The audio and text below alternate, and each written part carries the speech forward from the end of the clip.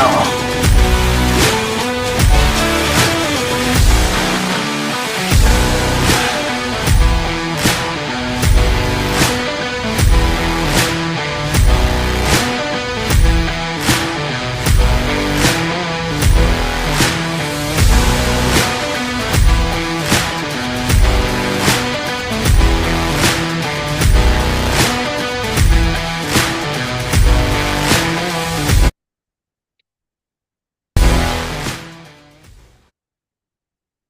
Good morning, everyone.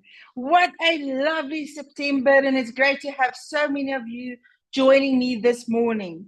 And of course, we're having a fantastic guest this morning joining us. But before we jump in and we're talking about inspections, because that's the privilege that we have of speaking to so many different role players in the industry. For those who don't know, my name is Elise Leroux, and I'm the CEO of Expello. And it's absolutely my honor and pleasure to present and represent Expello this morning. Of course, I've got my co-business partner, Armand, now online as well. And he's always available should you need to talk and connect him if you have questions. Armand, I'm putting you on the spot. So remember, if you guys need to, his cell phone number, you'll drop it in the chat. You see, as handsome as ever. And we are very glad that everybody is joining us today.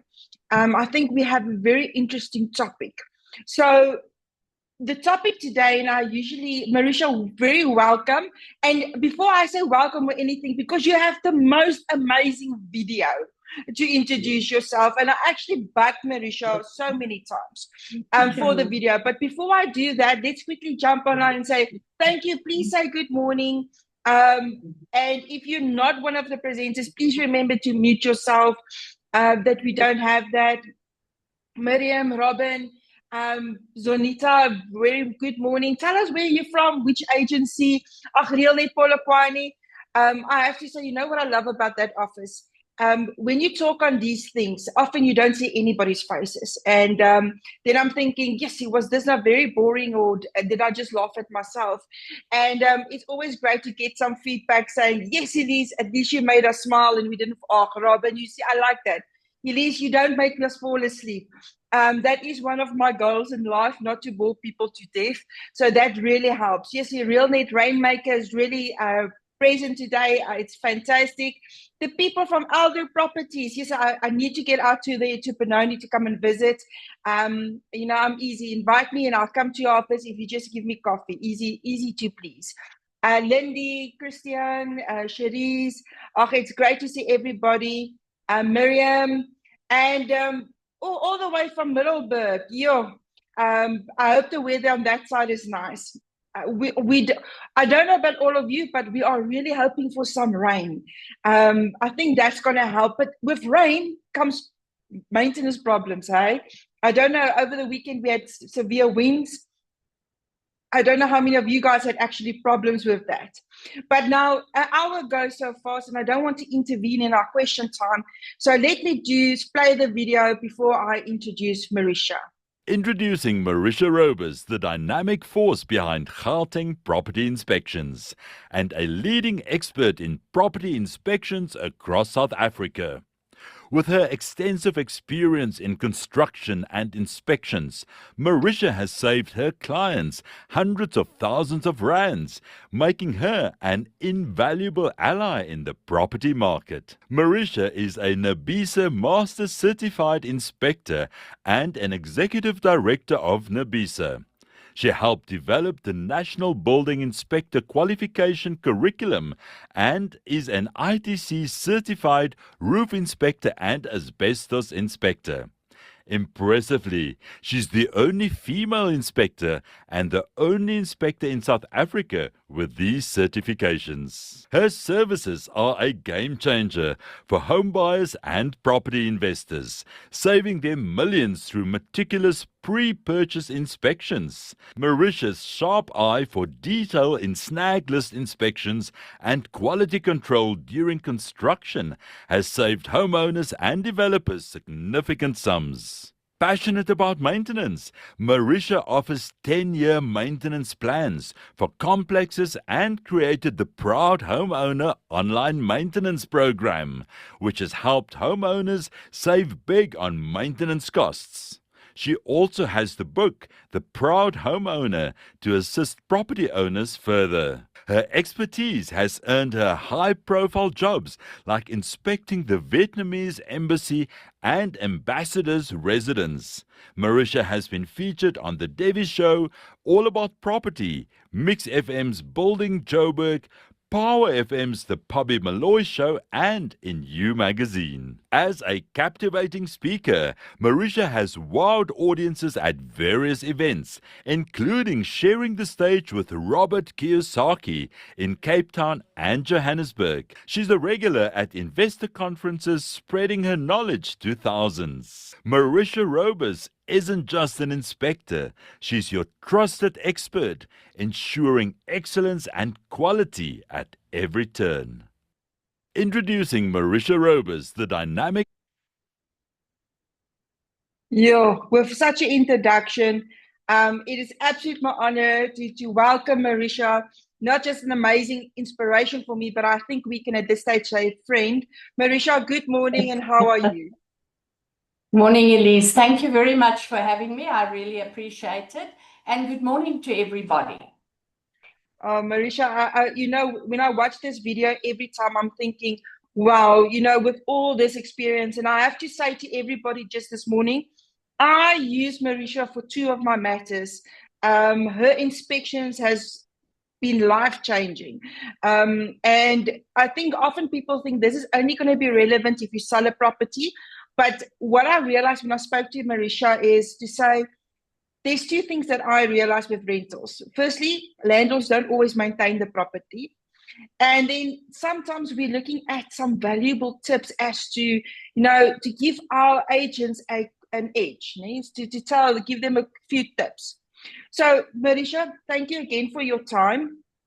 And let's jump into it. Now, over and above for your video, what are the most recent things that you've seen that you thought, oh my goodness, did nobody see there's a big problem coming here? Yes, Elise, unfortunately, can everybody see my screen? Okay, Yes. I'm gonna stop sharing. Okay. I'm gonna stop sharing. I didn't realize I was still sharing. Okay, you can share, Marisha. Okay, let's just go share. Okay, it says I'm screen sharing. Okay. Share. There we go. Can you see my screen? It says mandatory disclosure form. Lizanne is saying yes, she can see it, so it seems they can. Okay, perfect. So, Elise, the mandatory disclosure form, estate agents doing sales as well as rentals all thought that this was going to be a fantastic thing for them. It was going to save them a lot of hassles and problems with sellers and so on, and with landlords, but it has resulted in a lot of added issues, especially for rental agents. Okay.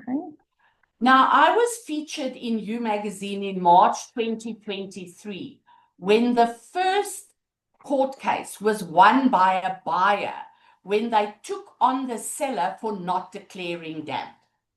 And the judge said that the Vermeulens, who had sold the property, deliberately withheld the knowledge of the damp. So this is a big thing that you have to remember. Damp is the biggest issue and problem in South African houses. And the reason for that is because the builders build wrong. Now, I have made so much noise, written so many letters, and had meetings with the Minister of Human Settlements, the NHBRC, the PPRA, and everything, that they have eventually now taken my recommendations and wrote it into the new NHBRC law, which is amazing. So when the new law comes into effect, we should see that builders must give homeowners a 5-year rising damp guarantee. Therefore, they will start building properly. Now, if you receive a mandatory disclosure form from a seller or a landlord saying that there's no damp, you tell them that I say they lie. Okay? I promise you that 99.9% of houses have damp. In the last 7 years, I have found one property that didn't have damp. Now, you've all seen the damp on the outside when the paint bubbles and it looks absolutely hideous. But damp comes from various places. This damp on this patio came from the top because the balcony on top wasn't waterproof. So you have to look out for damp everywhere. Now, why is damp an issue? You've all seen this when a house looks like this on the outside. And this could have been prevented if the house was built correctly. Now, when I did this inspection, the client had declared no, there was no damp. This was actually an entry inspection for a client of mine. And I saw that the wallpaper was peeling. When I opened up the wallpaper, this is what it looked like. And the person who was living in this had told me that they'd already replaced the wallpaper 3 times, but it kept on peeling. So my biggest thing is if there is damp, declare it. Because if I come in and I find damp and the clients go to court, it is an easy fix. The judges are fed up with people not declaring damp. I've actually helped 3 clients cancel their lease agreements because of damp, because damp and mold growth is a huge health risk. If it's inside like this, these black spores, if they get into your lungs, it is dangerous. And kids with asthma or kids who have a bad cold, damp and mold spores like this is very, very dangerous. Marisha, Now, sorry, can I quickly interrupt you? Because what you are giving us is absolutely gold. And I think this, when you said mold, every rental agent is going, we know those complaints. Just saying, because you are now saying to me, this is part of a building. The specific ones that you're showing is because of the structure itself. Can its behavior cause this type of mold or damp? No, not this. This specific one at the windowsill was because the windowsill wasn't constructed correctly. Now, the law states that a windowsill has to slope 5 degrees away from the window, and you must seal between the windowsill and the window frame. Now, in this case, they didn't do it. The windowsill sloped towards the window, and it wasn't sealed. So you had water coming in. The other ones I showed you, like this, for instance, when water comes in, when there's terrible damp like this on the outside, and it comes into the inside, the tenant has done nothing wrong to create this damp. Now, in a case like this, if it's on the outside in a sectional title complex, the body corporate must repair, not patch on the outside. And there's a big difference. They normally scrape it off and they paint over it. Within a year, it's back. The only way you can repair this is you remove the plaster. And depending on the floor level, you might have to take the paving away and go down to the footings. And then you waterproof the walls. You then plaster again with another waterproofing agent, and then you paint again. That's the only way you will prevent water from coming in.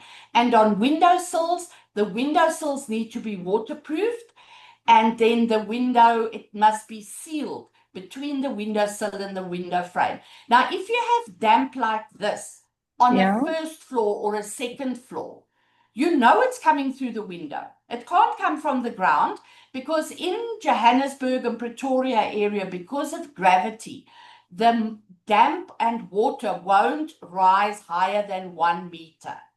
So anything higher than that comes from somewhere else.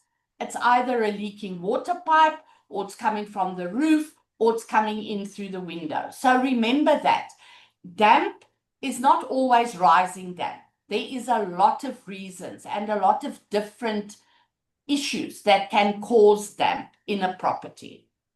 Marisha, no, Now, that if is you- very golden. I have to say, sorry. No, that's interrupt fine. because I mean that's something I think one of our we all should take in mind that 1 meter. So CJ is just asking coastal areas, the dam from the ground. I assume that's going to be a bit higher.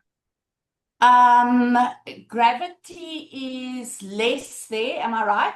I can't remember my science. I think it's less, so it'll be lower. But normally a meter. Anything higher than a meter is something else.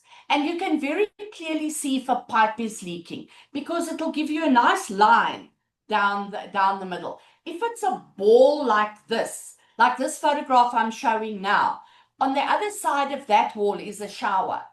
So the shower wasn't waterproof. And the water, when you shower, go in between the tiles and then it comes out on the other side. So you have to see if you've got inside, if this damp was a ball in the middle of the wall, then it's the leaking shower head, the water pipes there that are leaking. If the damp is on the, and you look on the other side and the mixers are on that side, then you know the mixers are leaking.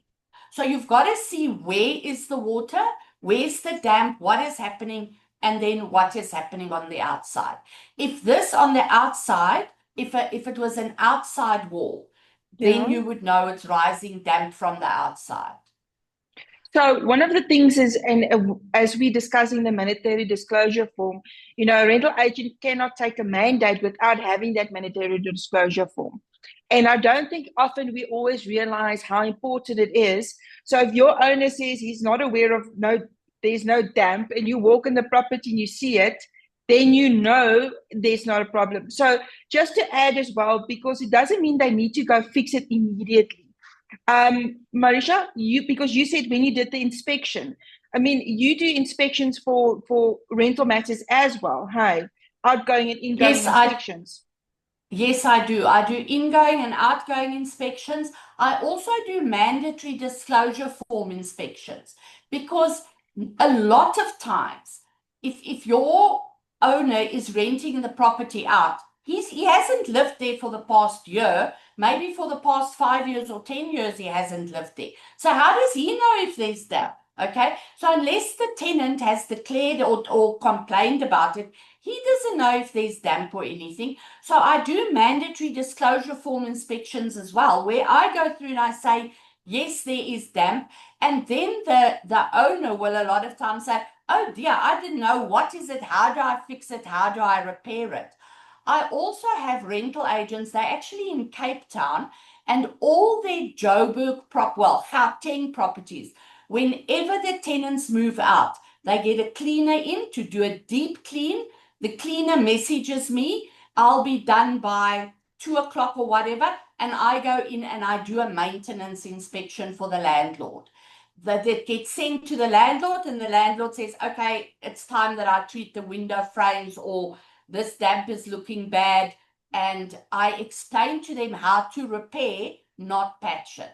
Because the big thing with rentals, and if you have, I'm sure the agents pull their hair out with landlords not wanting to do maintenance, and I'm going to show you a few things later, is the longer you leave it, the worse it becomes, and the more expensive it becomes, and eventually you have to replace things. You can't just fix it anymore. Like in this case, where this photograph, you can still scrape off the loose paint it with Sika Guard 905W. On the other side in the shower, you don't have to remove all the shower tiles now. You can just scrape out the grout, and then you mix Sika latex into the new grout, and that should stop it. If it doesn't, then you know that the water behind the tiles, it's just too much water, and you actually need to remove the tiles and you need to retile the shower. But you can start with other ways, as I say. Replace the grout first. It's not as expensive. But if you leave it like this, the tiles in the shower will fall off. and then you're going to have to retile the entire bathroom. So rather do maintenance, attend to these things as they happen. It's a lot cheaper. And Marisha, and what you're saying, and I think this is valuable, and I think this is something that I want to see more and more people doing, is not just because I know inspection happens, and it's more focused on, you know, what the tenant should and should not do, but then to give a report to the landlord and say, listen, this is the maintenance that is needed. It doesn't mean it has to happen now, but it also helps with planning, because it often happens that we, like you say, you leave it till the very last end. And then then it's too expensive, and the landlords are not attending to it. And everybody, this is now where Expeller knows that everybody's upset because nothing is happening. So your maintenance plan, I've seen one of your reports. You actually go and break it up, right? With your maintenance plan. Yes.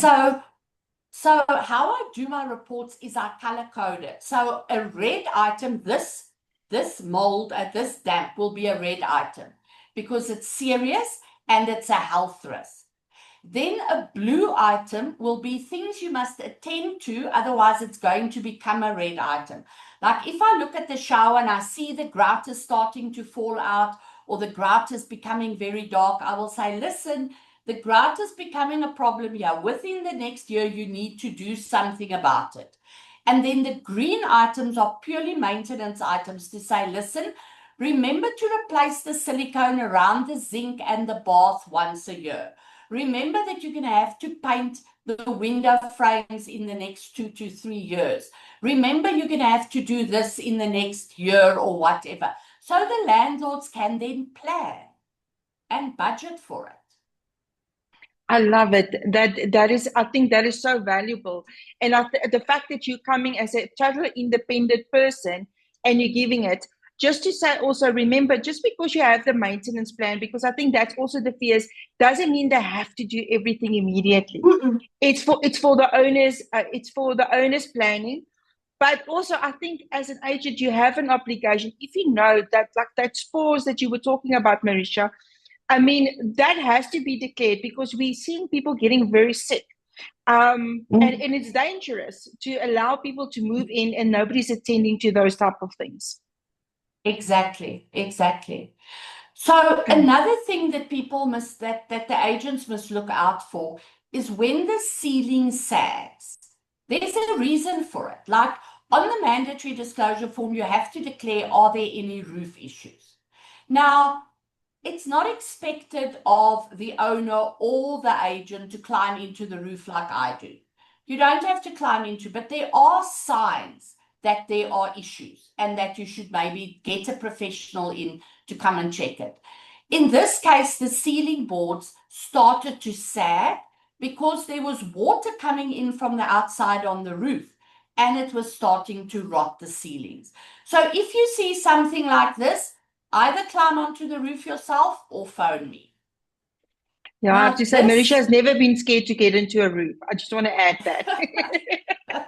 Sorry, Marisha. So I am sure all of you have seen bathrooms that look like this, okay? This is the dreaded bathrooms with no ventilation. So these mold spores are dangerous. And the reason is the people shower or bath, they don't open the window. Okay, I understand when it's winter, you don't want to have the window open. But once you finish, open the window and open the door so there can be a draft and the steam can go out. This is what it looks like if that doesn't happen. Now, this is very difficult to get off. You need to take 1 cup of boiling water and a cup of jig, and you wash this. Now, your cloth is going to be pitch black. You wait for it to dry and you wash it again. In this case, I think you're going to wash the ceiling 5 or 6 times before you get it all off. Then you get a bathroom paint at Builders Warehouse, Leroy Merlin, wherever. It's supposed to repel mold growth. I don't know if it really works, but at least, you know, you can try it. But ventilation, that is the top thing, the most important thing. And if you have a unit that you're renting out and that doesn't have a window and it's only got an extractor fan, please make sure that that extractor fan works properly. Because again, this is dangerous. Now this, have you ever seen a ceiling like this with white lines on it? This is not mold growth. This is something totally different. Now, in this case, the white lines are actually the roof trusses and the branding. So what happens here is the dust blows in under the roof sheets or under the roof tiles, and it settles on the ceiling on the top. Now, when the wind blows, the roof trusses move. They don't stand still, and it rattles the branding at the bottom where the ceiling is attached to, as well as the roof trusses. And then you get them rattling on the ceiling like this, and it makes the white lines. So this is not mold. This is dust, plain and simple. And if you want to paint over this to try and get it away, I've seen houses where they've painted 5, 6, 7 coats and it doesn't cover it, because that dust has now gotten into the ceiling boards. So what you need to do is, there's a company called Roof Rats. They climb into the roof and they vacuum the roof and they clean everything. You need to clean it on top to get rid of these white lines. So make sure that you don't call something mold if it's actually just dust. So if it's got these Sorry. What you're giving over, everybody's going wild about your recipes.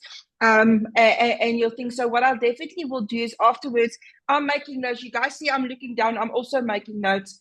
I'll get all of this from Marisha as well. And when we send out the mailer, we will add this. But just to confirm with the first slide, Marisha, it was 1 cup of boiling water and 1 cup of jik. Hey?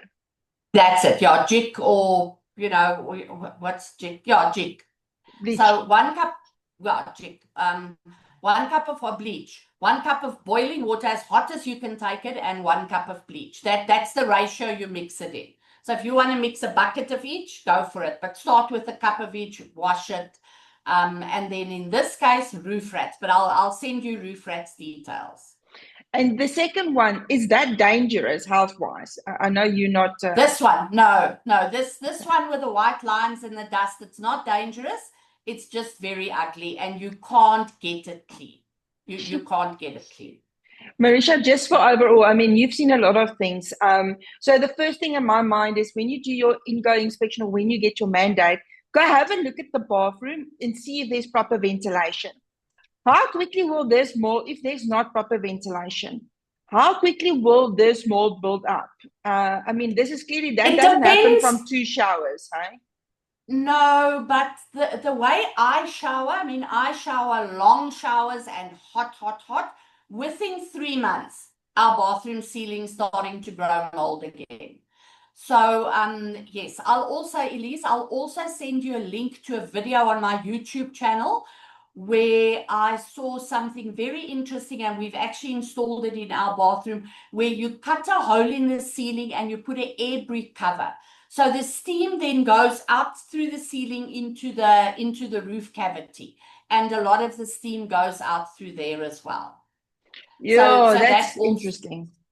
Yeah, that alleviates the problem as well. But in the olden days, they used to have air bricks on the walls. Yes. And air bricks above the windows and air bricks above the door. So you always had a draft through the rooms. Nowadays, air bricks are not required anymore. I wish they would bring them back, because they are better. They are much better. And CJ is asking a good question. Is there, if you put that thing now in your roof, is that not going to cause damp it's not going to damage the roof? No, you must remember that the roof bakes in the sun, and it's very hot and dry in there, and that little bit of steam that goes in there is actually not bad. Not bad at all. The roof trusses need a little bit of moisture. And is mold-proof paint really as effective as people say? Or do you get good paint? It's better than normal paint, but it's not 100% effective. You're not going to never have mold growth again. You can't now use that paint, never open the window, never open the door, and expect not to have mold. You'll still get mold, but it'll just take a little bit longer. So Marisha, just on the question was whose responsibility is it to ensure that, to clean up the mold? And I think I want to take a step back. I think when you take a tenant in and you notice that there isn't a proper ventilation, it has to be specifically noted in the lease agreement to say that due to not ventilation, it is required that the windows should be opened and the doors kept open after taking hot showers. If that has been explained to the tenant and then the tenant goes and they don't do that and it causes the mold, then you can tell the tenant, well, you knew what you were supposed to do, you didn't do it, therefore you need to clean it. But what is happening these days is nobody is saying anything. Because I don't think it's malicious. I think we just didn't know before that, because I didn't even think of putting that in a lease agreement until now. But if you don't say anything and this happens, I mean, I know people saying, yeah, but I tell the tenants to keep over the window. That is a word thing that's not in the lease agreement. If it's not in the lease agreement, then the landlord can be held liable, because it's their responsibility to make sure the unit doesn't cause a health risk. Elise, I was just thinking of something now while you were talking. Why don't we draw up, we can even call it a preventative maintenance list, or you and I will think about a list. Why don't we draw up something like that the agents can give to the tenants and say, listen, you as the tenant, it's expected of you to keep the window open because of mold growth. There are a lot of things in the kitchen which, if the tenants don't do properly, will damage the kitchen and things like that, and give it through like that. And then the agents are educated, the tenants are educated, and the landlord can also sort of be protected. But if things start going bad, or the landlord can then maybe be forced to do maintenance so that the stuff is at a better level when the tenants move in. Why don't you and I draw up something like that? We're seeing everybody's response. I think that's something we definitely have to do, because education is very important. And just to say, because the lease agreement usually says a tenant has to look after the property, but it doesn't go in detail. If you've never stayed in a certain property, you won't know how to look after it. I mean, when we moved to the farm, that's new things that we had to learn. Yeah, and you must also remember that if you live in a house, or you live on a ground floor unit, or on the 70th floor, there are different things. It's not the same issues. Okay, the bathrooms are the same issues, the kitchens are the same issues, but there are other issues in a house which you don't get if you live in a flat on the 47th floor. So, and I think tenants need to be educated, and landlords. The landlords, I think, are the biggest culprits, because they just want to get their money in and they don't want to spend anything on maintenance. And then if the tenant complains, it's the agent's fault, So I think we need to educate everybody all around. And I just have to say, so Marisha works with SAPIN, and she puts a lot of time of educating investors. And I think this is something that is true. We have to remember that, because I saw somebody in the chat said that the landlord didn't attend to the maintenance, the tenant then ended up just leaving. That is not the process. Remember, the correct process is the tenant has to send a formal notice to the agent who's acting on behalf of the landlord, saying, I need X, Y, and Z to be done. Now, in terms of your regulations, they should do this within 7 to 14 days. If not, then the tenant has to send a formal demand saying, we demand that you fix A, B, and C. If you don't, either I will and deduct it, or I'm going to cancel and vacate. The reason why that's important, if they then vacate, they're not liable for a cancellation penalty. If they get, sorry for my words, gatvol and just leave, they can be held liable for a cancellation penalty. So that's why it's so important to make sure the right process is always followed. Okay. Marisha, what's next? Okay, so when bathrooms and kitchens obviously have a lot of damage because of water. Okay, water does In my reports, the two words I use the most are water ingress. Water causes major, major damage. But when you have shower doors, please have a look at the hinges, especially if it's a frameless shower. You can see these hinges are not looking good. And if the tenant is just going to bump it slightly, the shower door is going to fall down. And then who's liable? You know, then the tenant is going to be liable because it wasn't noted on the entry inspection, or the tenant didn't see it and they didn't report it, or whatever. Please look at the shower doors very, very closely. And in this bathroom, now this is an inspection I did last week, fancy penthouse in Sandton.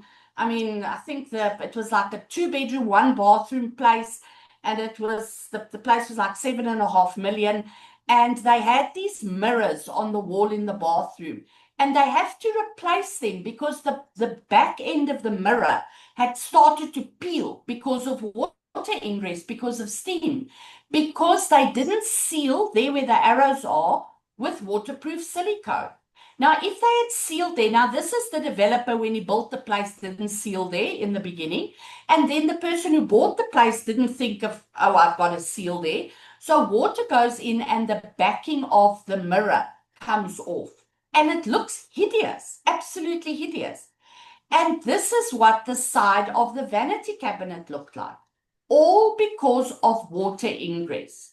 Now, remember, silicone costs 150 Rand for a tube.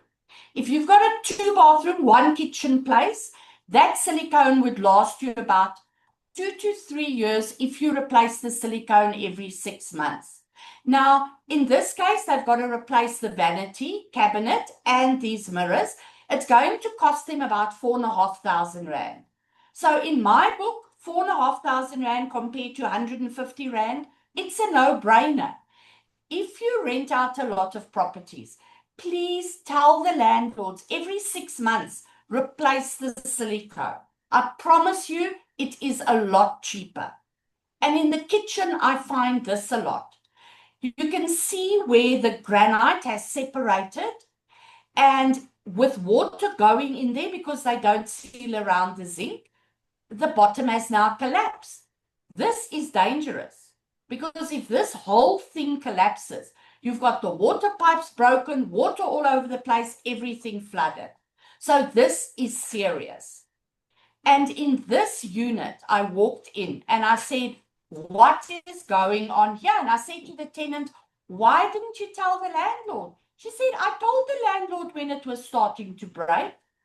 Silicone is your friend, your bestest friend. Trust me. This to replace, because this has now happened, the cupboard next door to it was damaged. It cost them about 7,000 Rand to redo this little kitchen, where 150 Rand tube of silicone would have done the job. Okay? The other thing people forget about is the oven. Open the oven and check the rubber. The rubbers wear out.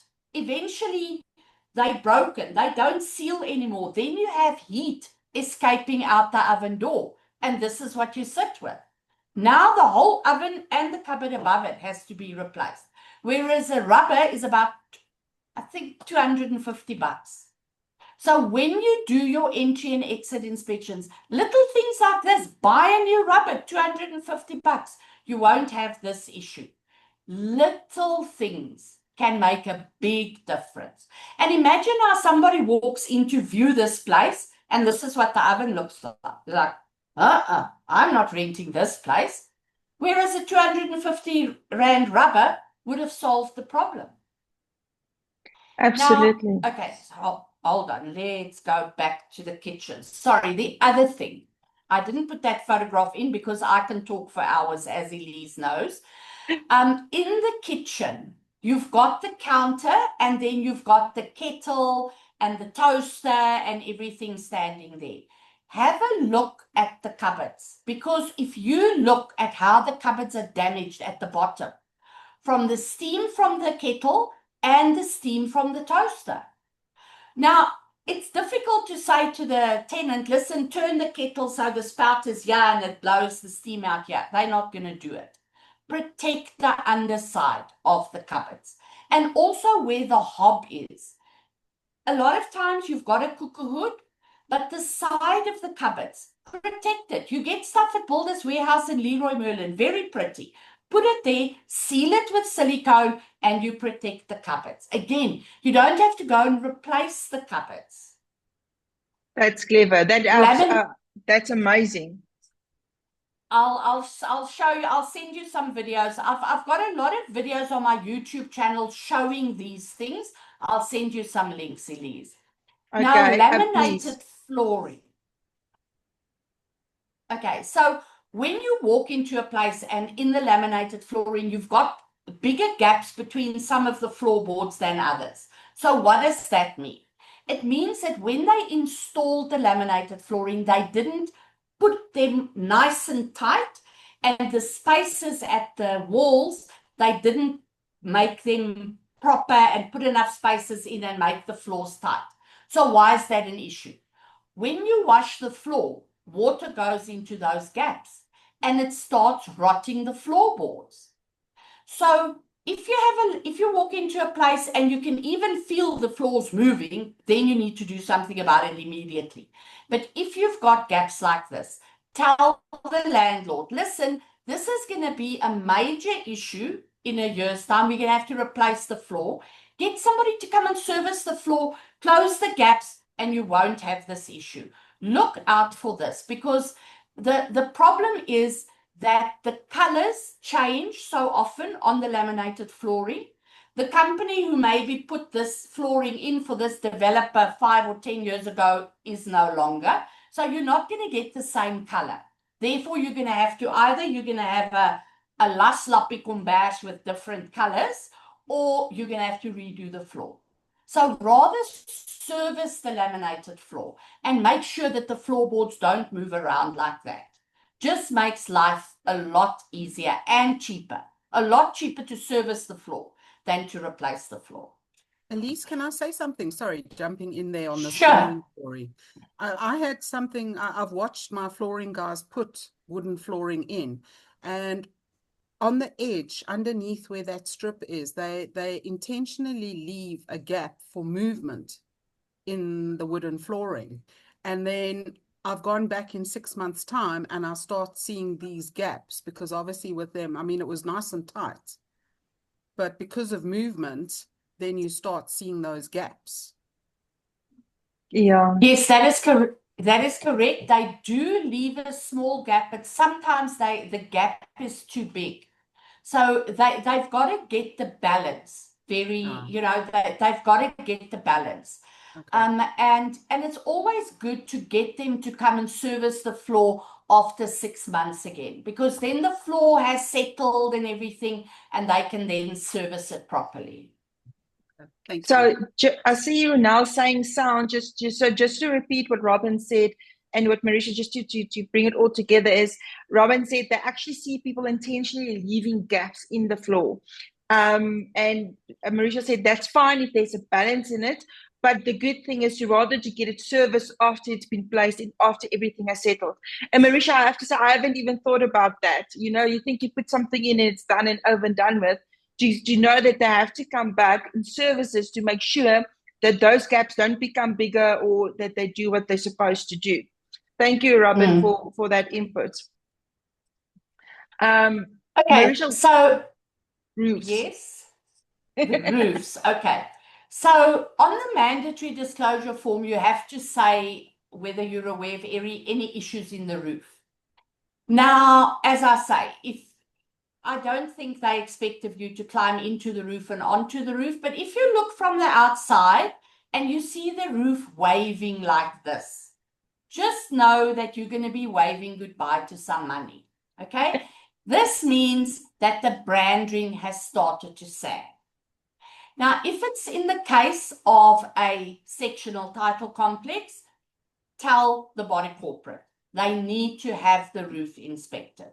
You can see this roof had a huge, huge dent in. And when I climbed into the roof, there was actually some broken branding. So this is very, very serious. And the other way you as an agent will know if there are roof issues, as I said, if the ceiling is starting to sag or if there are roof leaks. Otherwise, rather than say no, just say, I don't know, okay? Or I am not aware. Don't say no, there are no issues. Rather than just say, I don't know, okay? So what do you do for inspectors? I'm the CEO of NABISA, which is the National Association of Building Inspectors of South Africa. And on our website, you can go and have a look at and find the details of inspectors that are registered with NABISA. Now, we are very strict when we register the inspectors. If they haven't done a certain number of inspections and we are not satisfied with their quality, they will be registered as a candidate inspector. Make sure that the person who does the inspection for you is registered with NABISA and that they actually know what is going on. But there's another thing that will very soon solve all your problems. I have been part of the task team and we have developed 3 qualifications for building inspectors, NQF level 5, 6, and 7, and we're waiting for QCTO to give us the final approval. Once that has happened, within a year, all building inspectors must either have this qualification behind their names or they cannot be a building inspector. That includes town council, health and safety, NHBRC, all of them. Everybody will hopefully now know what they're doing. So I've started a training academy, the Property Pro Training Academy, and I will be training inspectors. I'm also going to do short courses for estate agents on how to inspect a property, what to look out for, so that you know exactly what to look out for and that you can speak with some authority. Elise, thank you very much for the opportunity. I appreciate it. There's a QR code if anybody wants me. And are there any other questions? Thank you, Marisha. So before we go off, so I do think you are just giving our agents more and more of a competitive edge. And I think the moment, just to clarify, your online academy, is it live as yet or not yet? Not yet. I'm waiting for QCTO to approve the qualification. Okay, so I want to know, the moment it's live, that I can share it with our Expello following, that we can be the edge. You see, Fantastic. people, that's why you Perfect. associate with Expello. We get you guys things first, and that is very important. Marisha, I want to say thank you. You gave us such key values, and what we're going to do is, I just want to repeat, I'm going to share the recipe and the few things that Marisha said that you guys should have in your toolbox, and the connections. We'll share all of that, and also the link to her YouTube channel. But if you go actually just to her website, it's going to take you to her channel. Go have a look at it. I'm actually going to call out somebody. Carol was actually online today as well, and she, over the weekend, she had the incident, or some weekend, that they were fighting about the roof. The owner said it's not his responsibility, and it's not, and she said she just got tired and she cleaned the roof. And you know, that's problem solving at its best. And I almost want to say for that, Carol, we want to call you out for that story that you shared with us. We will definitely going to give a prize. We've started something to say that, you know, share your stories with Expello. Send me an email, and we can share what we experience and how to solve problems, because the industry is changing. Marisha, you deal with a lot of people nationwide, and yes, somebody's asking, I mean, do you do work in KZN? Marisha, I haven't heard that you're not willing to go anywhere. You go anywhere. if my car or an aeroplane goes there, I'm there. I'm supervising construction of 244 units in Nelspruit. I'm doing a snag list inspection for a client in Cape Town in about 2 weeks' time. If the builder can get finished, I'm up and down all over, so not a problem. And then in terms, I just looked at the chat and some of the comments and questions. I also do 10-year maintenance plans. Now, I know sectional title complexes and the trustees, there's always a trustee who's done an Excel spreadsheet and, that's now their 10-year maintenance plan. I want to have a fit.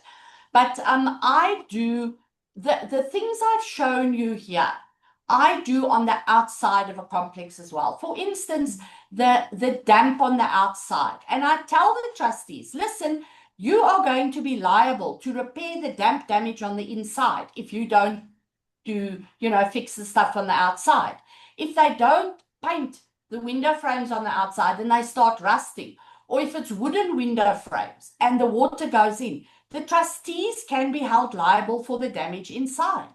So I do 10-year maintenance plan and then also compliance inspections, because a lot of times, and people don't want to hear it, but it is a fact of life, the small print, the fine print in your insurance policy says, if you don't do maintenance and if your property is not built according to national building regulations, the insurance can decline your claim.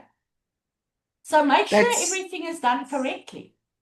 And I think this is something, even if you take a long-term somebody on, get that report in mind, and then you can just top it up every year. You don't have to do a full report every year. It follows up as things progress. Marisha and the Gauteng Property Inspections is actually one of Expella's partners. So Marisha, I know as we discussed in the past, if they say they're from Expella, you do give them a preferred right, and that's it. They do. And I have to say, I've never had a complaint. The only complaint I ever got from Marisha is that she had too many photos and it was too detailed. It was a big book. And I think that was the best complaint I ever had in my life. Marisha, thank you very, very much. I appreciate it. I think we're definitely going to do a session like this again. There's been so many questions, and I think we can touch on it. We still wanted to discuss 2 other things, and an hour goes so fast. So thank you very much, Marisha. Elise, I'm just going through the questions. Do you make a note? With the recording, do you have these questions? Yes. So what we'll do is I'll share the questions with you, and then what we'll do is we'll send it out, and we'll address most of them in the mailer that we then send out. Perfect. No problem. Before we end off, I want to say thank you everyone for taking the time of joining us this morning. Just a heads up, so last month we had Preferential joining us, and they came and told us about their new screening solution that they launched with Private Property 24. I almost got that wrong, Property 24. And there was quite a couple of people that tried to test it and so forth. Expella goes out and we see what's in the industry and we make it available. And it's your choice whether you use it, whether you like it. Next month, we are having Averly. I don't know if you heard of Averly before. They also amazing online system. And, everybody has got different features and different things. So please join us. We'll share the link as well to register, that you can join us for that event that's in October. And then again, there's all of Marisha's details. If you guys want to contact her, if you need a refresher, if you need Armand or myself to come to your offices to give your agents any refreshing course, or just to connect, please reach out to us.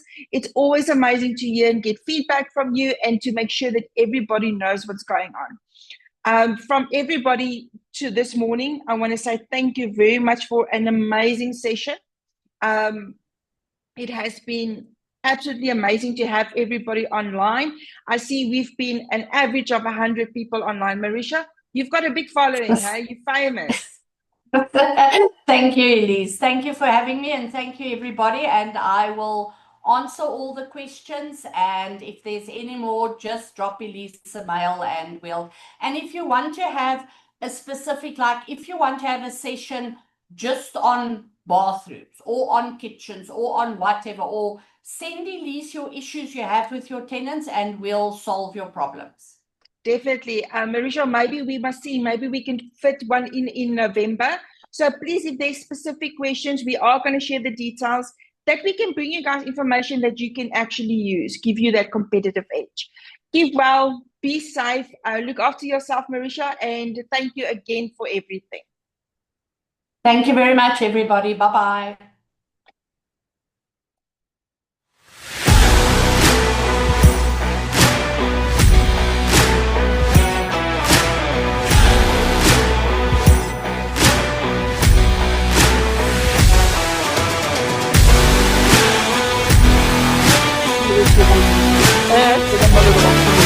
Nunggu lang kita share